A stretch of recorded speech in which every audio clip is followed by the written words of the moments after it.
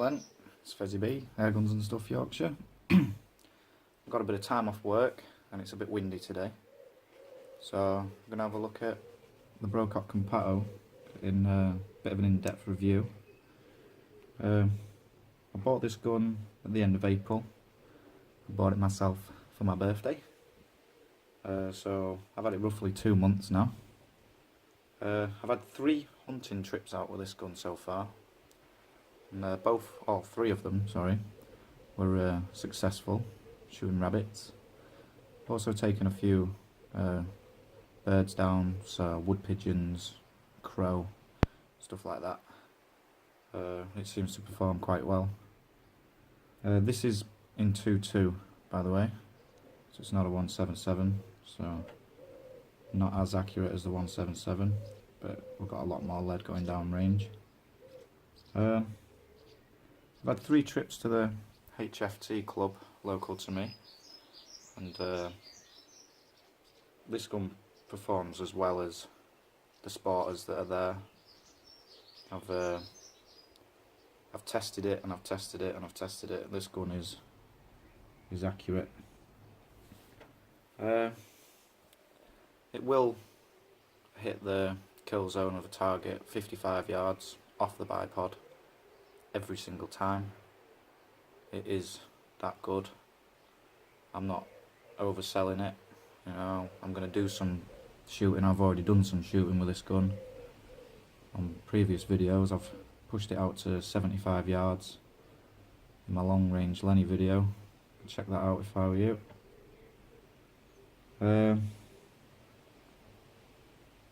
I've had loads of trips up to my field or range or whatever you want to call it that I'm allowed to shoot on, and it's impressed me every single time I've gone up there. The best pellet for this so far, there's 3 that I've found. The field target trophies, straight out of the tin, straight through the gun, they're amazing. If you sort them out, then they're even better. They don't take much sorting. The Crossman Premier Magnums, they're outstanding out of the tin through this gun. I really like them, they're really good at long range. And obviously the air arms, Super Field or Diablo Fields, whatever they're called. The JSBs, which are essentially the same pellet, are also good.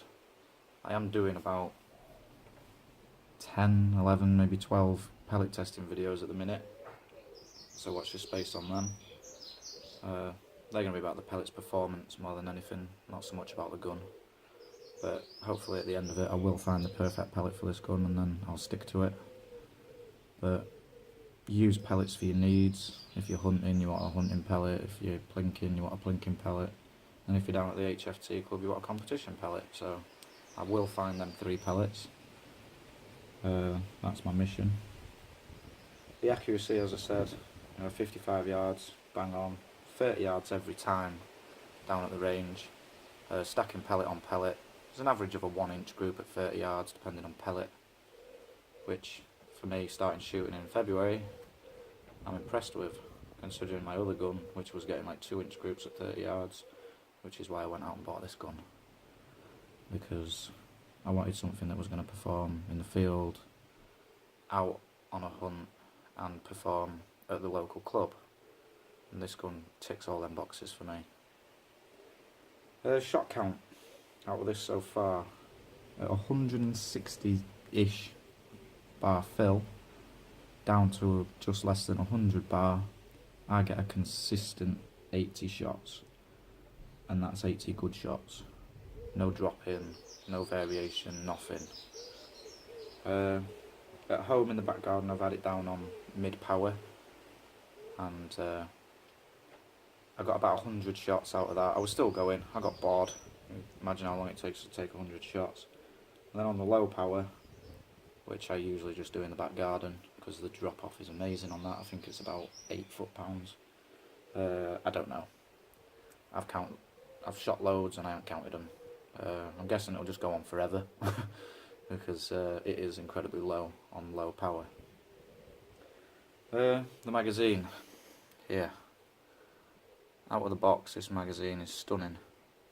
It's based on a day state magazine, which actually came with the gun, so I had to go back to the shop and get the Brocock magazine. A little bit embarrassing, but you know, stuff happens. This magazine, you drop a pellet in there, you turn it once, drop another one in, turn it again, turn it again, turn it again, obviously 10 times. The hammer or the bolt nicks this. When it goes in, it presses it, and then when it comes out it releases it, which turns it round for the next pellet to go in. I've had one problem with this magazine so far, and it's when other people are using the gun. They don't pull the bolt all the way back, and it doesn't load the gun, the hammer spring or whatever it is back there.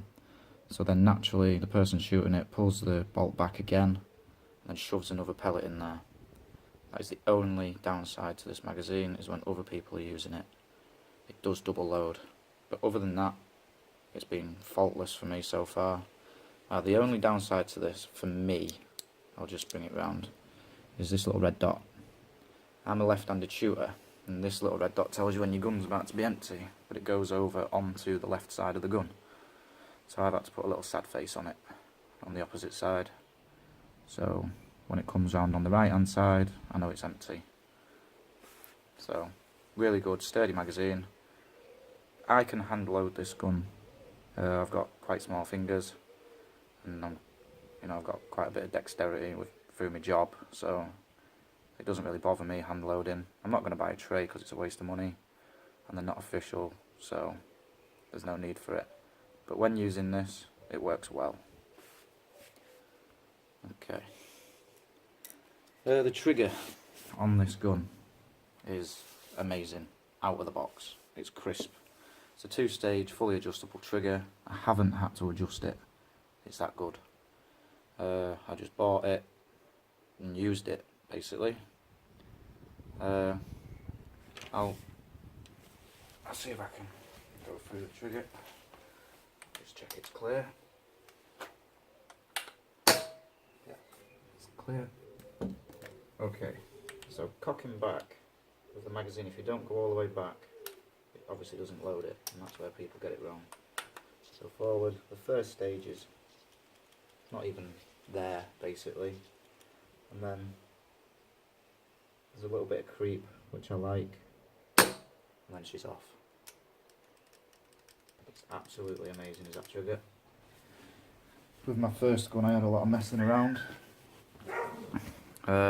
trying to get the trigger right, and it just annoyed me. So I was quite impressed when this came out of the box with a perfect trigger, to be honest. It's probably one of its best features. Okay, the sound, which we've just heard, with a cheap moderator is amazing. You get a little sniff, and then you get a twang from the, I think it's the slingshot system, or the hammer spring. That's it. With just the shroud, so say at the club or down at the yard or something like that, it's not very loud. It's not going to piss anybody off. It's just a standard shot sound, basically. If you take that shroud off, it is like an actual gun going off. It is incredibly loud without the shroud on. I wouldn't recommend shooting it without it on. It doesn't improve the accuracy at all. If anything, it lowers it. So keep the shroud on there, it's fine. I have a few issues with the threads in the end of the shroud here.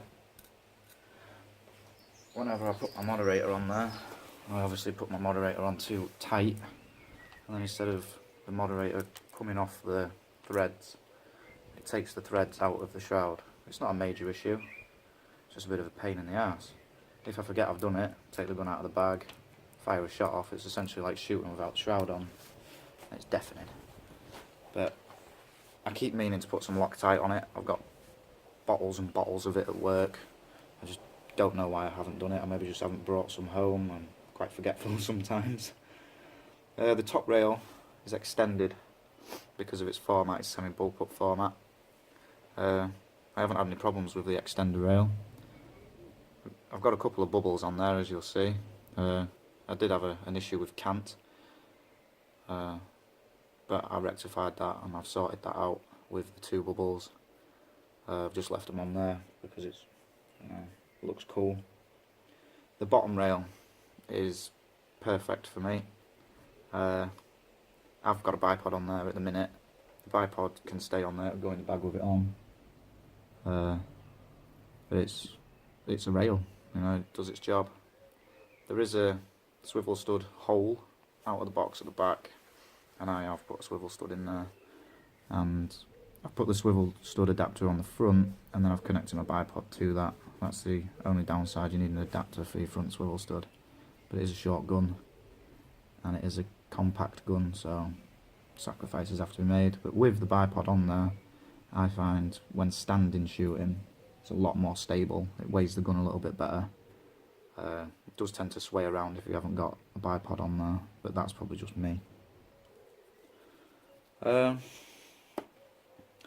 do have a bag for this. I've shown it in a previous video, and I would highly recommend this bag to anyone who is buying this gun. I'll just go and get it. Okay, so there's the bag. I put in on eBay, I put in gun backpack. Now, this bag fits the gun in perfectly without the moderator on. And the compartment at the front holds 60 litres, I think it is, or 40 litres, whatever. There's 4 pouches on the side, and then there's a bit at the front for, I don't know, armour if you don't want to get shot in the back if you're a soldier. I just put targets in it. It's a good bag. I would definitely recommend purchasing this bag if you're purchasing this gun. Just another thing as well, this gun doesn't come like this. You can only get it in black. I actually took this down to my local dipping shop, or whatever you want to call it, and I had it dipped in autumn leaf camo. I haven't done it for any specific reason, I just thought it'd look cool, and personally I think it does look cool. Other than that, I don't really have much to go on, so that's all I've really found out with this gun so far.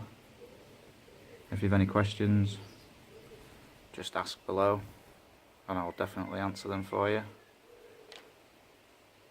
See you, bye.